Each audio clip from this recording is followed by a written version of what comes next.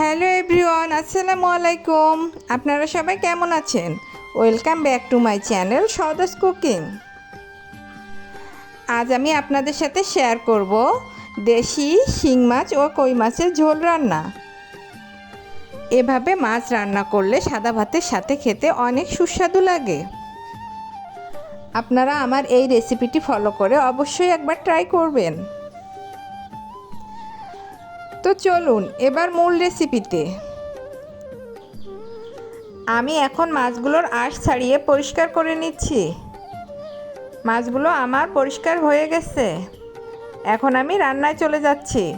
দিয়ে দিলাম জিরা বাটা, রসুন বাটা, 1 চামচ লাল মরিচের গুঁড়ো, 1/2 চামচ হলুদ গুঁড়ো ও স্বাদ মতো লবণ। এবার আমি একটি কড়াইতে পরিমাণ মতো তেল দিয়ে পেঁয়াজগুলো দিয়ে দিলাম।